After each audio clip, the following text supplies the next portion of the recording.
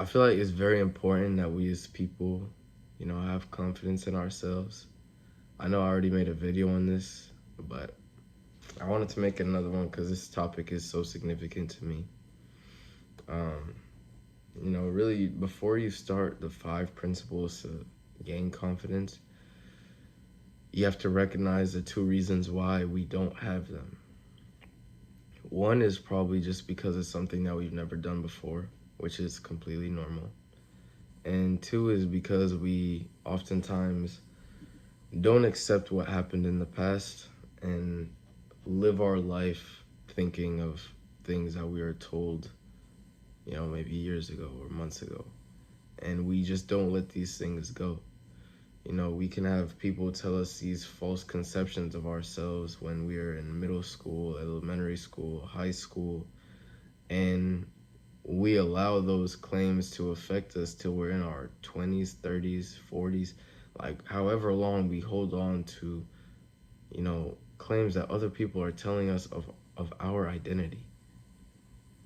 Being told that you're fat, ugly, stupid, all these things affect our self-esteem, affect our, confidence at the time, but you can't allow it to be what defines you as, you grow older, and just prevent yourself from doing things that you want to do just because you believe that everybody is going to think that way of you, just because you were told that, years ago.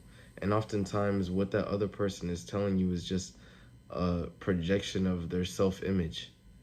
Maybe they feel ugly, or maybe they feel fat or stupid or whatever, and they're just trying to project their feelings onto other people. That's so often because at the end of the day, we were young. So as long as we were feeling some type of way, we wanted everyone to feel that way, because how misery loves company. So we have to accept the past for what it is.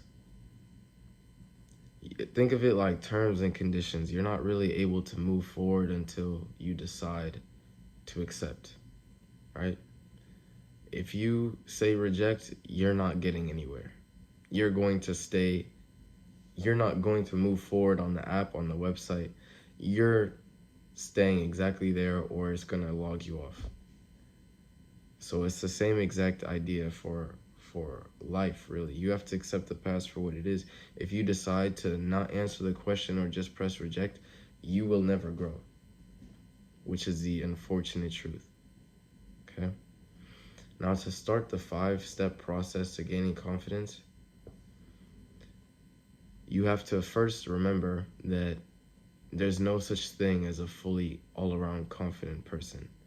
The only people that are confident are the ones that believe, they have a true belief to themselves that they're good at the skills that they're portraying. So for example, someone who's good at communicating, maybe someone that is good at speaking.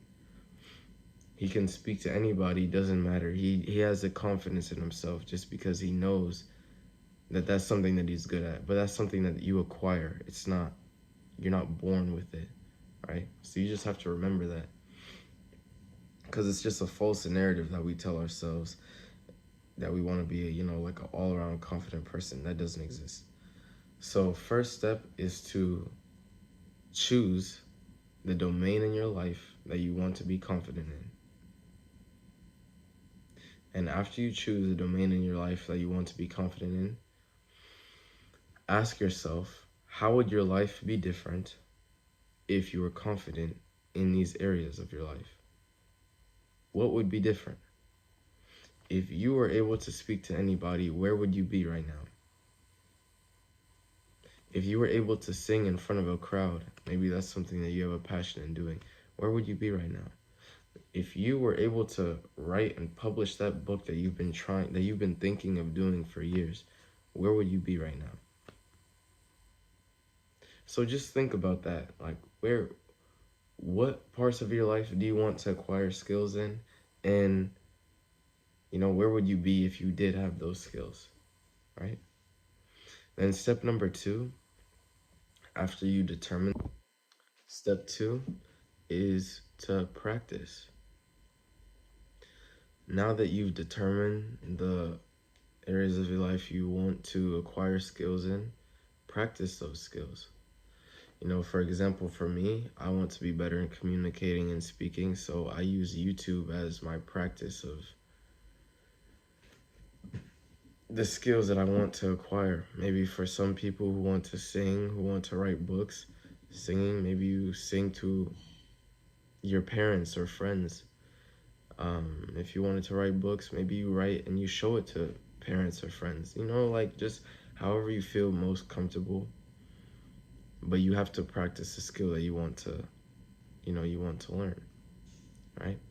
Then step 3 is to use these skills now in real world situations. Now, in order for me to use my communication and speaking skills in real world, maybe I need to speak to a crowd of people or speak to somebody that I don't know. For other people, maybe sing to a crowd of people. Maybe write the book and publish the book so, a large audience can read it. So that's the only way in order for you to grow. You have to apply the skills that you've been learning effectively in the real world. And moving forward, the 4th step would be to assess your application of your skills in the real world. So watch for the reaction. Watch for the reaction that you get from the people that you spoke to, you sung to, that read your book. See what their reaction would be to what you did.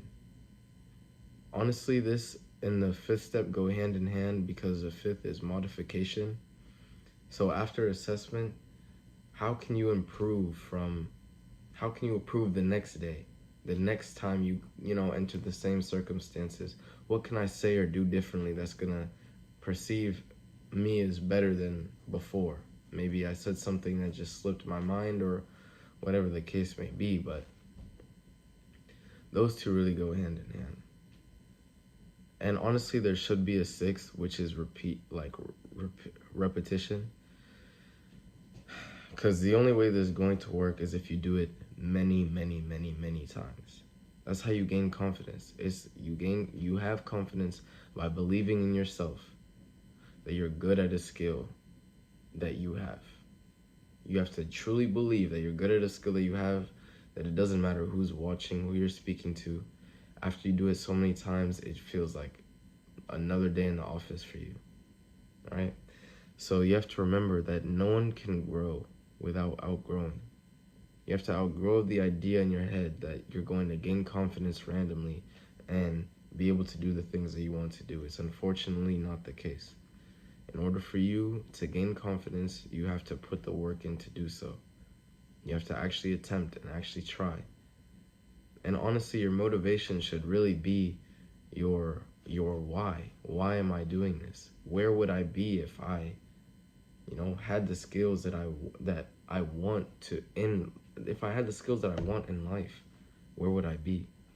That should honestly be your motivation to keep pushing and to remember that it's a long process, but in the end, it has so many, positive outcomes for you that it really doesn't matter how much it takes.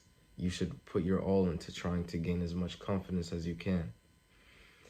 Because at the end of the day, the importance in doing all of this is to truly believe that you're a master of the skill that you've been trying to acquire.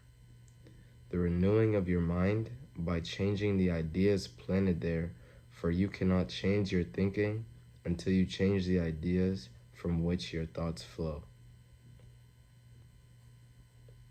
So remember that when you're trying to gain confidence, you have to believe in yourself and believe in the skills that you just acquired using the 5-step process, and remembering the 2 things in the beginning of letting go of the past and remembering that it's very normal for you to not be confident in things that you already know, and accepting things for what they are. You'll be able to move forward and become the confident person that you identify in your head of who you want to be. So thank you for watching, and God bless.